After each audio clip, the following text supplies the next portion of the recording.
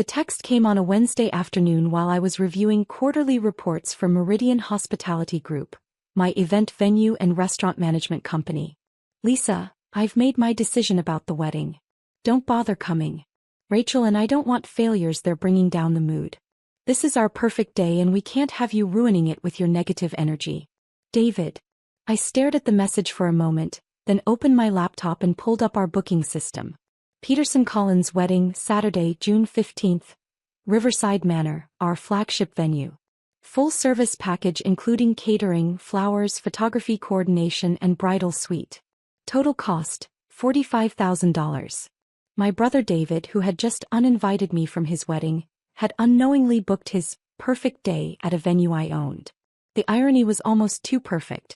I called my event manager, Patricia, who had been handling the Peterson wedding details. Good afternoon, Lisa. How can I help you? Patricia, I need to discuss the Peterson wedding scheduled for this Saturday. Of course.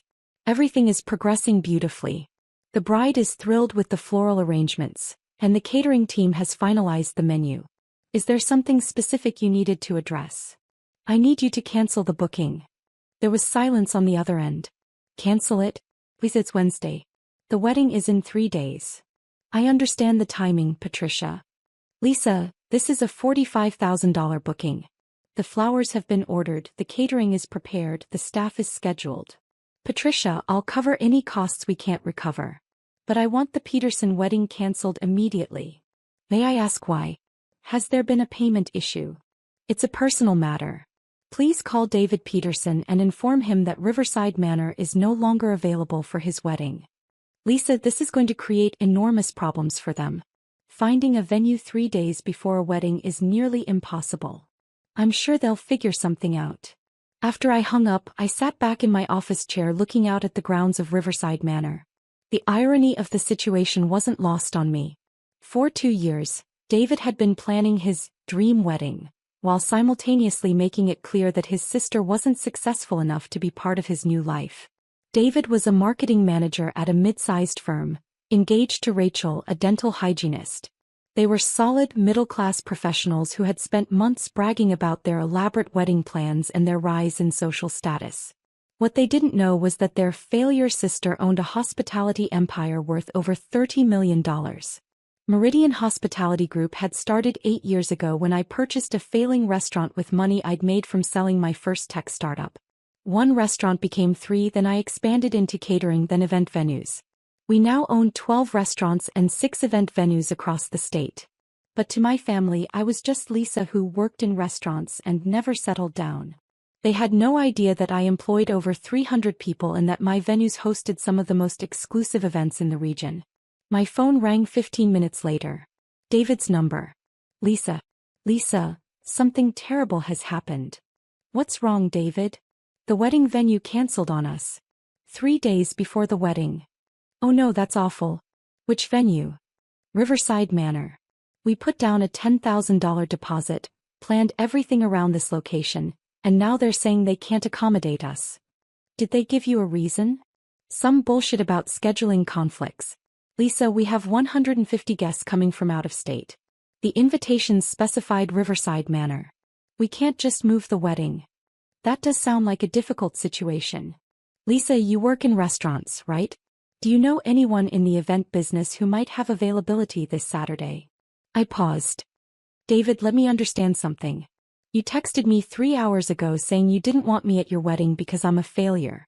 Now you're calling asking for my help. Lisa, this is an emergency.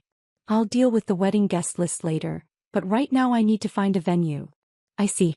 So when you need something, I'm no longer too much of a failure to talk to. Lisa, don't make this about our family drama. My wedding is about to be ruined. Your perfect day, you mean? The one that would be ruined by having your failure sister there. Lisa, please. I'm desperate. David, I'm confused. If I'm such a failure, how would I be able to help you with your venue problem?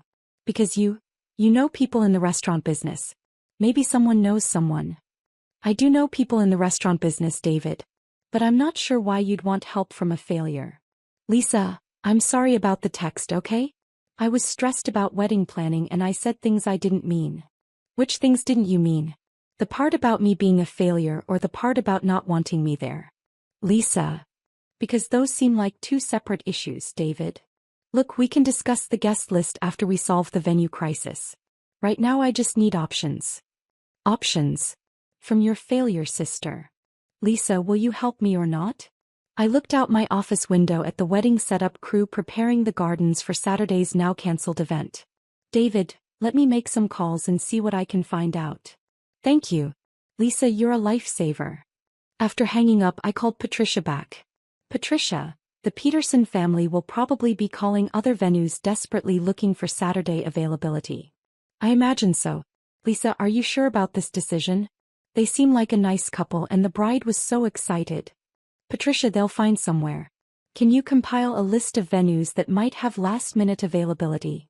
Most reputable venues book months or years in advance, but I can reach out to some smaller locations that might accommodate them. Perfect. And Patricia? When they call here asking to reinstate their booking, the answer is no. We're fully committed to other events. Understood. An hour later, my phone was buzzing with texts from various family members who had apparently heard about the venue crisis. Mom, Lisa, David told me about the wedding venue problem. This is terrible. Can you help them find somewhere else? Kevin, my younger brother, heard about David's wedding disaster. Know any event people who might help? Aunt Margaret. Lisa, your brother is devastated about the venue cancellation. Family needs to stick together in times like this. I found it fascinating how quickly I'd gone from failure who would ruin the perfect day, to family member who should help in times of crisis. David called again that evening. Lisa, I've been calling venues all day. Everything decent is booked. The few places that have availability are either way out of our budget or completely inappropriate for the kind of wedding we planned. That sounds stressful. Lisa, this is a disaster. Rachel is crying. Her parents flew in from California. We have relatives coming from 12 different states. I'm sorry to hear that, David. Lisa, I need to ask you something and please don't take this the wrong way. What's that? Do you think there's any way Riverside Manor might reconsider? I mean, if we offered more money or agreed to different terms. I don't know, David. Why don't you call them and ask? I did call them. 3 times. They keep saying the decision is final and they can't discuss it further. Lisa, you don't think this has anything to do with our text conversation earlier, do you? What do you mean? I mean, it's just a weird coincidence that they canceled right after we had that disagreement. David, do you think I somehow convinced a high-end event venue to cancel your $45,000 wedding because you hurt my feelings? When you put it that way, it sounds ridiculous. It does sound ridiculous. You're right. I'm just stressed and looking for explanations. David, can I ask you something? Sure. What do you actually think I do for work? You work in restaurants, right? Like management or something? Something like that. Lisa, why are you asking? Just curious how you see my career. Look, I know you work hard and I'm sure you're good at what you do. But Lisa, you have to admit that your lifestyle isn't exactly traditional. How so? You're 32, you live alone, you work all the time, you don't have a family. And that makes me a failure? That's not what I meant. David, what did you mean when you called me a failure in your text? David was quiet for a moment. Lisa, I was stressed. Wedding planning is crazy and Rachel's parents have been asking about family dynamics and what? And I guess I felt like having you at the wedding might raise questions about why you're still single, why you don't have a more conventional career, why you're different from the rest of us. Different how? Lisa, you know what I mean. Kevin is married with kids. I'm getting married. You're just doing your own thing. My own thing. Yeah. And that's fine. It's fine for you. But for my wedding, I wanted everything to look perfect. Traditional. Like we're a successful family. And I don't fit that image. Lisa, don't take it personally. David, you uninvited me from your wedding because I don't make your family look successful enough. How should I take that? Lisa. Let me ask you something else, David. If you found out I was more successful than you realized, would that change how you feel about having me at your wedding? What do you mean? I mean, if it turned out that my unconventional career was actually quite lucrative, would I suddenly be welcome at your perfect day? Lisa, that's a weird hypothetical question. Is it? Look, it doesn't matter how much money you make. The point is that you don't fit the family image we want to project. The family image. Lisa, Rachel's family is very traditional. Her father is a doctor, her mother is a teacher. They expect wedding guests to be, conventional. And I'm not conventional. Right. David, let me get this straight. You uninvited me because I'm not conventional enough for Rachel's family. But now you're asking for my help finding a venue because I work in the restaurant business. Yes. Do you see the contradiction there? What contradiction? You need my professional connections to solve your problem, but my profession isn't respectable enough for your wedding. David was quiet for a long moment. Lisa, I hadn't thought about it that way. No, I don't think you had. Thursday morning, David called again. He sounded desperate. Lisa, we found a place that might work, but it's a community center and it's nothing like what we planned. Rachel is devastated. I'm sorry to hear that. Lisa, I need to ask you directly. Do you have any connections at Riverside Manor? Any way you might be able to influence their decision? I smiled. Why do you ask that?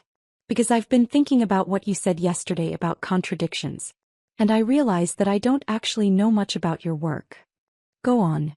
I know you work in restaurants, but I don't know which restaurants or what your role is or...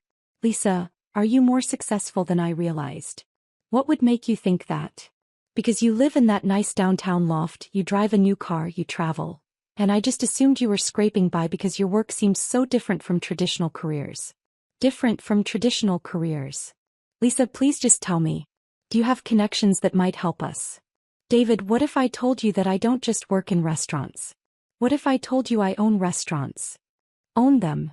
Multiple restaurants. And event venues. Lisa, are you serious?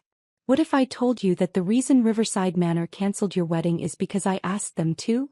There was complete silence on the other end. Lisa, what if I told you that I own Riverside Manor, David? That's impossible. Is it? Lisa, you can't own Riverside Manor.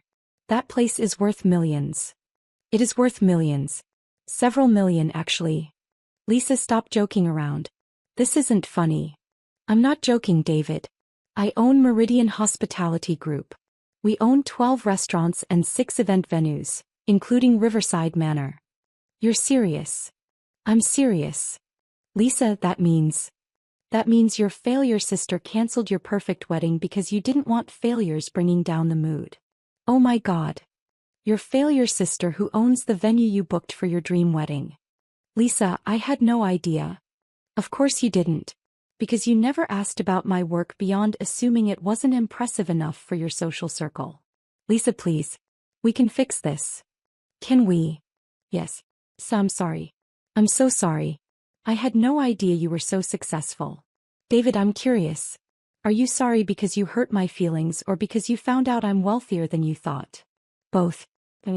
Lisa, I'm sorry I called you a failure.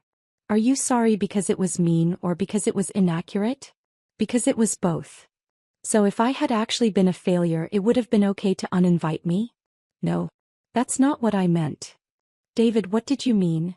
I meant that I was wrong about everything. Wrong about your career, wrong about your success, wrong about uninviting you. And if you had been right about my career? If I really was struggling financially and living an unconventional life. David was quiet for a long time. Lisa, I think I would have been wrong then too. Why? Because you're my sister. And that should matter more than what kind of job you have or how much money you make. Should it? Yes. Lisa, can you forgive me? David, forgiveness and consequences are two different things. What does that mean?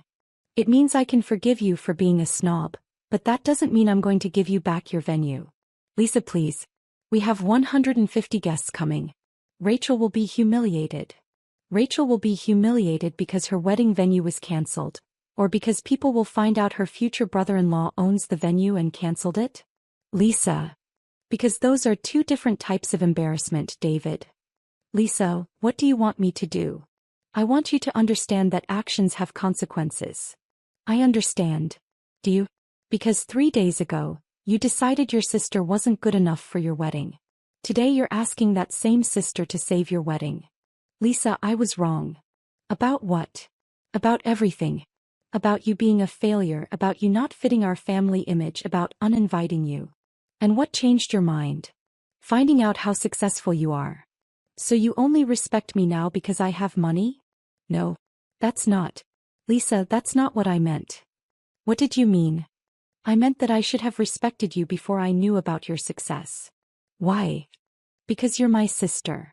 David, I want to ask you something and I want you to think carefully before you answer. Okay.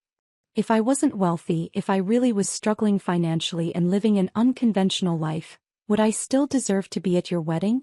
David was quiet for a long time. Yes. Why? Because family is about more than money or social status. Is it? It should be. David, do you think Rachel's parents would judge me less harshly if they knew I owned the venue where their daughter was supposed to get married? Probably. And does that tell you anything about what kind of people they are? Lisa, I think I see your point. What's my point? That if people only respect you because of your wealth or status, then their respect isn't worth having. And that I was trying to manage other people's shallow opinions instead of standing up for my family. David, I want you to think about something. What? You're asking me to save your wedding. But 3 days ago you didn't want me at your wedding. What's changed? I found out you're successful. Right. So you want me to use my success to solve your problem, but 3 days ago, you thought my success wasn't impressive enough to share your celebration. Lisa, I was wrong. Were you wrong about me not being successful, or were you wrong about success determining someone's value as a family member? Both. David, here's what's going to happen. Okay. I'm going to reinstate your wedding at Riverside Manor. Really? Lisa, thank you so much. I'm not finished. Sorry. The wedding will go on as planned with one condition. What condition? I'm going to be there. As your sister. With a place at the family table. Of course. Lisa, of course you'll be there. And David. Yes. When people ask about your family, you're going to introduce me as your sister who you're proud of, regardless of what they think about my career or lifestyle. I will, Lisa. I promise. And if Rachel's parents or anyone else makes comments about me being different or unconventional, you're going to defend me. I will. As I am different, David. I chose to build businesses instead of following a traditional career path.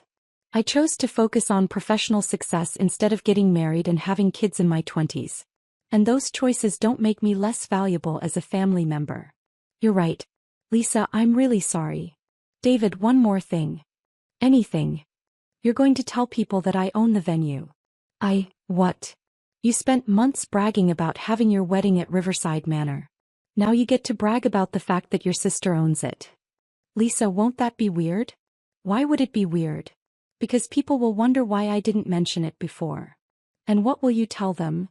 The truth. That I didn't know how successful you were because I never bothered to ask. Saturday arrived and the wedding was beautiful. Riverside Manor looked perfect, the weather was ideal and Rachel was radiant. But the best part was watching David introduce me to guests. This is my sister Lisa. She owns Meridian Hospitality Group. They own this venue and 11 restaurants. I'm incredibly proud of her. Rachel's father approached me during the cocktail hour. Lisa, David tells me you own this place? I do. It's spectacular. You should be very proud. Thank you. David mentioned that he didn't realize the extent of your success until recently. That must have been quite a surprise for the family. I smiled. It was a surprise because no one ever asked about my work in detail. They assumed that because my career path was unconventional, it wasn't successful. Well, clearly they were wrong. Dr. Collins, can I ask you something? Of course. If I didn't own this venue, if I really was just someone who worked in restaurants and lived an unconventional life, would that make me less worthy of respect as David's sister? He looked thoughtful. You know, Lisa, that's an excellent question. And I think the honest answer is that I might have made unfair assumptions. Most people do. But you're right to point it out. Success comes in many forms and family is about more than professional achievements. During the father of the groom's speech, David surprised everyone. I want to thank my sister Lisa, who not only provided this beautiful venue for our wedding, but who taught me an important lesson this week about family and respect. Lisa, I'm sorry it took me so long to realize that you were successful all along, Not because of your business achievements, but because of who you are as a person. Thank you for saving our wedding, and more importantly, thank you for forgiving me for being an idiot." The crowd laughed and applauded, but I could see the sincerity in David's eyes. After the wedding, as the last guests were leaving, David found me on the terrace. "Lisa, can I ask you something?" "Sure." "Why did you decide to reinstate the wedding?" "Because despite everything, you're my brother and I love you." "Even though I called you a failure?" "David, you called me a failure because you didn't understand what success looks like. That's ignorance, not malice." "And the lesson?" "The lesson is that next time someone in your family seems different or unconventional, maybe ask some questions before making assumptions about their value." "I will. Lisa, I promise I will." "Good. Because your sister who works in restaurants actually runs a $30 million hospitality empire. And she might be able to help you in ways you never imagined." "30 million? 30 million. Lisa, I'm an idiot." "Yes, David. But you're my idiot brother. And that's worth something too." 6 months later, David and Rachel asked me to cater their housewarming party. Not because they needed a favor, but because they wanted to show off their successful sister to their new neighbors. The best part? David introduced me by saying, "This is my sister Lisa. She owns the company that's catering tonight, but more importantly, she's the person who taught me that family is about supporting each other, not judging each other. Success isn't just about building a business empire. Sometimes it's about teaching the people you love to see you clearly, and giving them the chance to be better family members than they've been before." The wedding at Riverside Manor became legendary in our family, not because of how beautiful it was, but because it was the day David learned that his failure sister was actually the most successful person in the room. And I learned that sometimes the best way to teach someone your worth is to let them experience the consequences of not knowing it.